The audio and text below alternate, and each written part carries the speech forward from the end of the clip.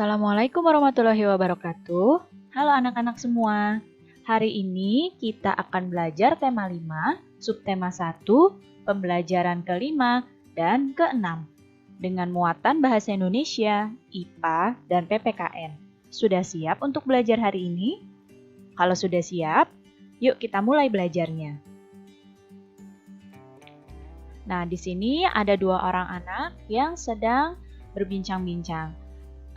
Dia bilang bahwa kemarin dia sudah belajar tentang cara mencari informasi dari bacaan dengan mencari ide pokok terlebih dahulu. Nah, ternyata mencari informasi dari teks non-fiksi bisa juga menggunakan peta pikiran. Seperti apa caranya mencari informasi dengan menggunakan peta pikiran? Nah, peta pikiran merupakan suatu cara mencatat yang biasanya disajikan berbentuk cabang, seperti pohon. Nah, cara menguraikan informasi dengan peta pikiran, yang pertama, tentukan dulu ide pokok setiap paragraf dari teks yang kamu baca. Nah, setelah menentukan ide pokok, kalian juga bisa membuat daftar pertanyaan dengan menggunakan kata tanya. Seperti apa, siapa, di mana, kapan, mengapa, dan bagaimana. Nah, membuat daftar pertanyaan ini juga dapat mencari informasi yang ada di teks. Setelah itu, kalian tuliskan informasi penting tersebut dalam bentuk peta pikiran. Sekarang, perhatikan teks non-fiksi berikut. Nah, ini ada teks yang berjudul Daur Hidup Hewan. Nah, di sini pertama-tama kita baca dulu keseluruhan isi teks ini.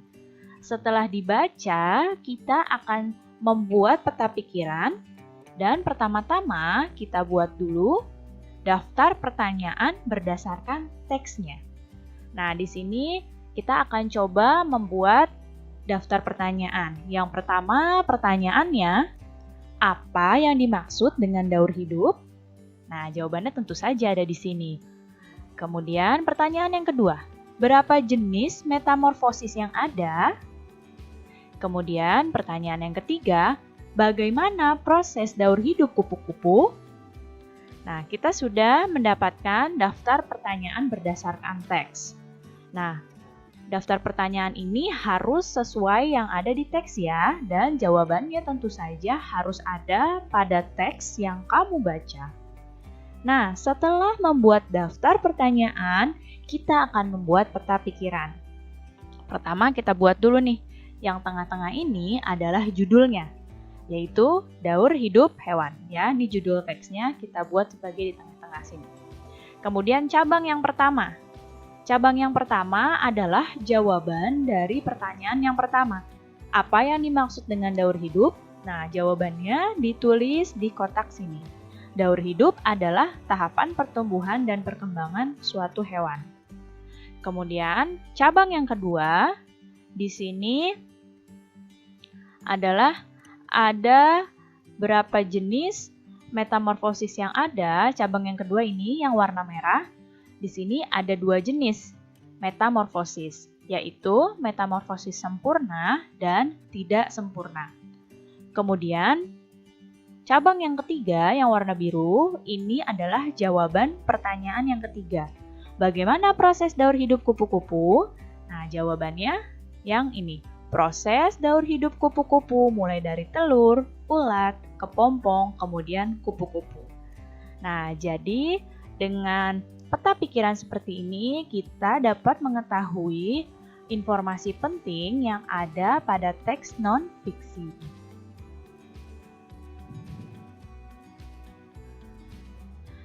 Makhluk hidup memiliki ciri dapat tumbuh dan berkembang, termasuk hewan. Nah, hewan dapat tumbuh dan berkembang karena melalui tahapan daur hidup. Tahukah kamu apa itu daur hidup?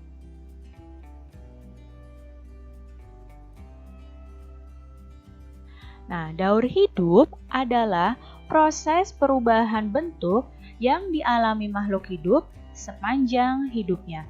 Jadi proses perubahan bentuk dari mulai hewan tersebut atau makhluk hidup tersebut lahir sampai makhluk hidup tersebut mati.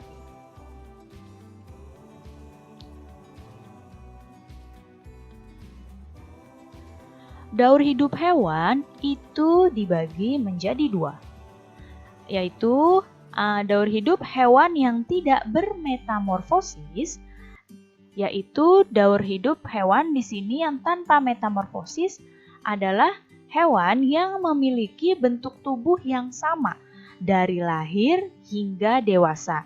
Jadi, hewan yang tidak bermetamorfosis hanya mengalami perubahan ukuran tubuh. Dan daur hidup yang satu lagi adalah daur hidup hewan bermetamorfosis. Nah, daur hidup hewan bermetamorfosis ini dibagi menjadi dua, yaitu yang pertama, metamorfosis sempurna. Pada metamorfosis sempurna, bentuk tubuh hewan sangat berbeda antara ketika bentuk baru menetas atau baru lahir hingga ke bentuk dewasanya. Itu bentuknya sangat berbeda. Dan yang satu lagi, metamorfosis tidak sempurna. Di sini, bentuk hewan muda pada metamorfosis tidak sempurna tidak berbeda dengan bentuk dewasanya dan melalui tahapan peralihan yang disebut nimfa. Di sini tidak berbedanya, misalnya tadinya belum ada sayap, kemudian pada hewan dewasanya ada sayap, seperti itu. Nah, di sini daur hidup hewan jadi dibagi dua ya. Ada hewan yang tidak bermetamorfosis dan hewan yang bermetamorfosis.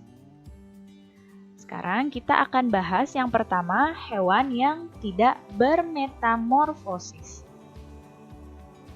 Hewan yang tidak bermetamorfosis hanya mengalami perubahan ukuran tubuh dari kecil menjadi besar. Ya, jadi bentuk tubuhnya yang lain tidak ada yang berubah, hanya ukuran tubuhnya yang berubah. Contohnya seperti kucing.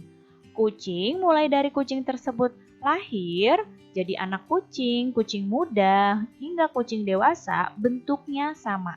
Hanya berubah ukurannya. Tadinya kucingnya kecil, lama-kelamaan kucingnya menjadi besar. Contoh lain adalah ayam. Nah, ayam ketika baru menetas hingga ayam tersebut menjadi ayam dewasa, ini juga tidak mengalami perubahan, hanya berubah ukurannya saja. Tadinya ayamnya kecil, kemudian ayamnya menjadi besar. Jadi dari telur menetas menjadi ayam kecil dan menjadi lama-kelamaan menjadi ayam dewasa. Kemudian ayam dewasa bertelur dan terus berputar seperti ini. Satu lagi adalah ikan. Contohnya. Nah, ikan ini sama. Ketika dia baru menetas dari telur, bentuknya sudah seperti ini. Dari telur menjadi ikan kecil dan lama-lama berkembang menjadi ikan dewasa. Nah, di sini juga tidak mengalami perubahan bentuk, hanya mengalami perubahan ukuran tubuh. Jadi, hewan-hewan yang ada di sekitarmu yang tidak mengalami perubahan bentuk, tapi hanya mengalami perubahan ukuran tubuh, itu tandanya hewan tersebut tidak bermetamorfosis. Kemudian kita masuk ke hewan yang bermetamorfosis. Nah, yang pertama kita bahas hewan bermetamorfosis sempurna. Pada hewan yang bermetamorfosis sempurna, ini melewati 4 tahapan dalam perubahan tubuhnya. Jadi hewan yang bermetamorfosis sempurna ini, ketika hewannya baru menetas hingga hewannya dewasa, itu mengalami bentuk yang betul-betul berubah. Ya, di sini biasanya ada 4 tahapan, yaitu telur, ulat, atau larva, kemudian pupa, dan imago. Imago adalah hewan dewasa. Sekarang kita lihat contoh hewan yang bermetamorfosis sempurna. Yang pertama adalah kupu-kupu. Nah, kita lihat di sini, kupu-kupu pertama berasal dari telur. Nah, ketika dari telur, kupu-kupunya kemudian menjadi ulat. Nah, setelah menjadi ulat, kupu-kupunya ini lama-kelamaan menjadi kepompong.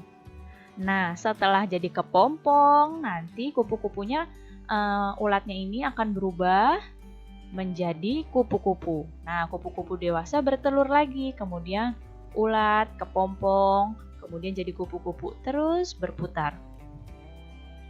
Contoh selanjutnya adalah katak. Kita lihat di sini. Pertama, katak ini dari telur.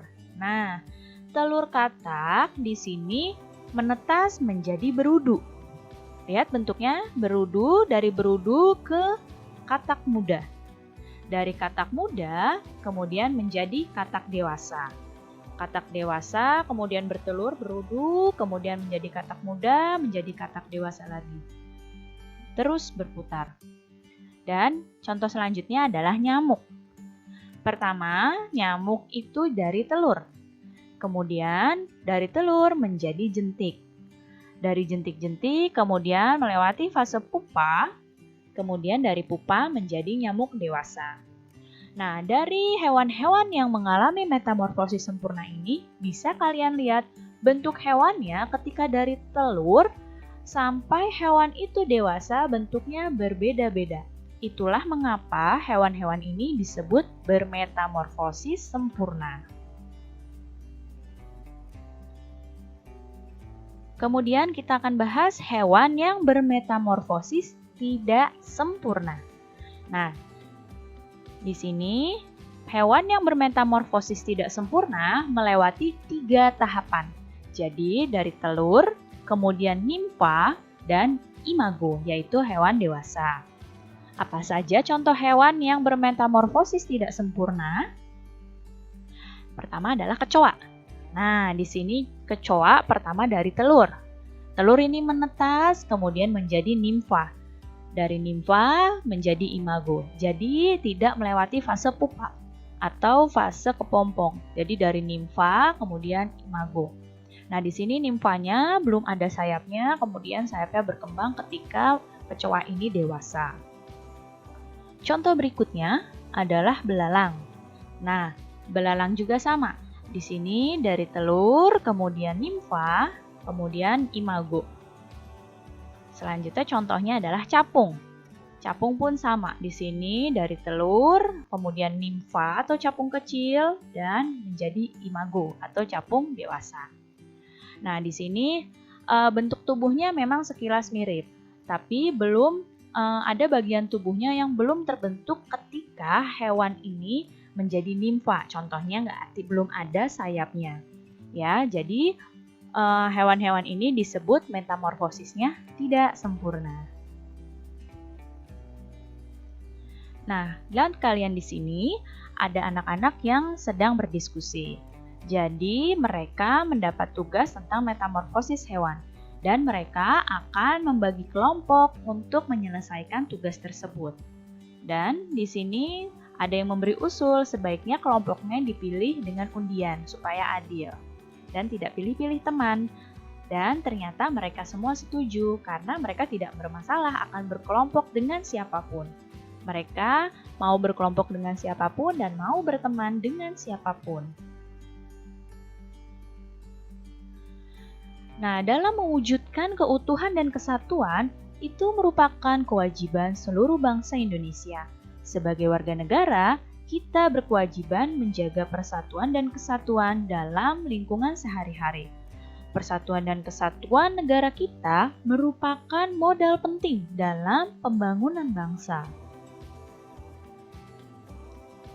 Nah, bagaimana sikap yang dapat menjaga persatuan dan kesatuan? Yang pertama adalah sikap membina toleransi dan tenggang rasa dalam kehidupan sehari-hari. Kemudian, mengembangkan sikap saling menghargai dan menghormati. Sikap berikutnya adalah saling membantu tanpa membedakan suku maupun asal daerah. Dan mengutamakan kepentingan umum daripada kepentingan pribadi, serta mempelajari berbagai budaya atau kesenian daerah lain. Nah, sikap-sikap inilah yang dapat menjaga persatuan dan kesatuan. Lalu apa manfaatnya dengan membina persatuan dan kesatuan? Manfaat yang kita dapat, yang pertama akan tercipta suasana yang aman, tertib, dan tentram. Kemudian, terwujudnya lingkungan kehidupan yang harmonis. Manfaat berikutnya, menumbuhkan rasa persaudaraan dan kekeluargaan. Dapat memperlancar pembangunan bangsa, ya. Dan juga keutuhan bangsa akan tetap terjaga dengan adanya persatuan dan kesatuan. Baik anak-anak, cukup sekian ya penjelasan Ibu kali ini. Mudah-mudahan kalian paham dan mengerti. Terima kasih anak-anak semua. Sampai jumpa lagi. Wassalamualaikum warahmatullahi wabarakatuh.